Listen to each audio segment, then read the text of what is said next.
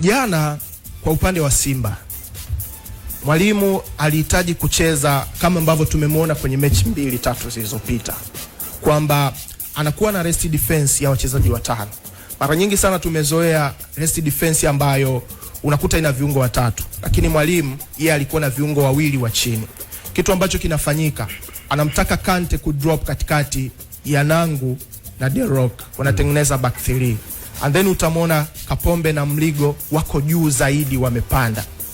And then mbele yao hao ma center back wawili, Nabi Kamara yupo. Jukumu la Nabi Kamara lilikuwa ni moja. Tukitoka kwenye phase ya kwanza, phase ya pili, nataka utupe mipira mirefu.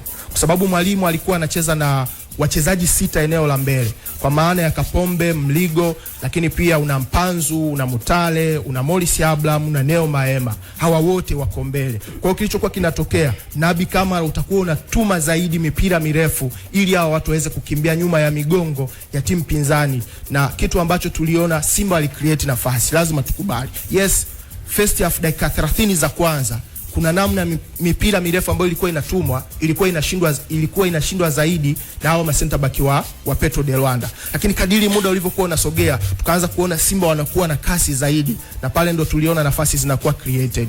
Mpanzu amepoteza nafasi 2, Morris Abraham alikuwa na nafasi ya wazi ambayo angeweza kufunga.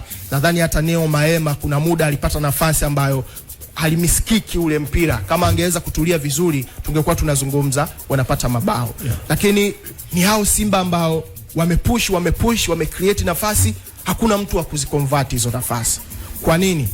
Ukitazama huu mstari ambao mwalimu alikuwa nao wa hawa wachezaji wa mbele, tunasema ni a quick vertical line.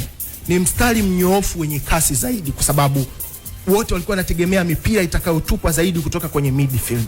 Kwa hiyo hawa wote muda wote wako kwenye foot race, wanakimbia kwa hizi pasi zinazopigwa. Kwa mara nyingi unakuta mtu amekimbia eneo kubwa, anafika kwenye eneo la tukio, utulivu inakuwa 0, anakosa magoli. Na wakumbusha kitu kimoja, moja kati ya makocha ambao wamewahi kupita Simba ambao walikuwa wanacheza na mstari mnyoofu wenye kasi ni Didier Gomez da Rosa. Didier Gomez alikuwa na mstari mnyoofu wenye Lali Bwalia, Bernard Morrison, Katus Chota Chama na Luis Mixon. Lakini kwenye ile timu mchezaji aliyekuwa anapata dakika nyingi za kucheza alikuwa ni Chris Kope Mugabe. Nadhani mnakumbuka.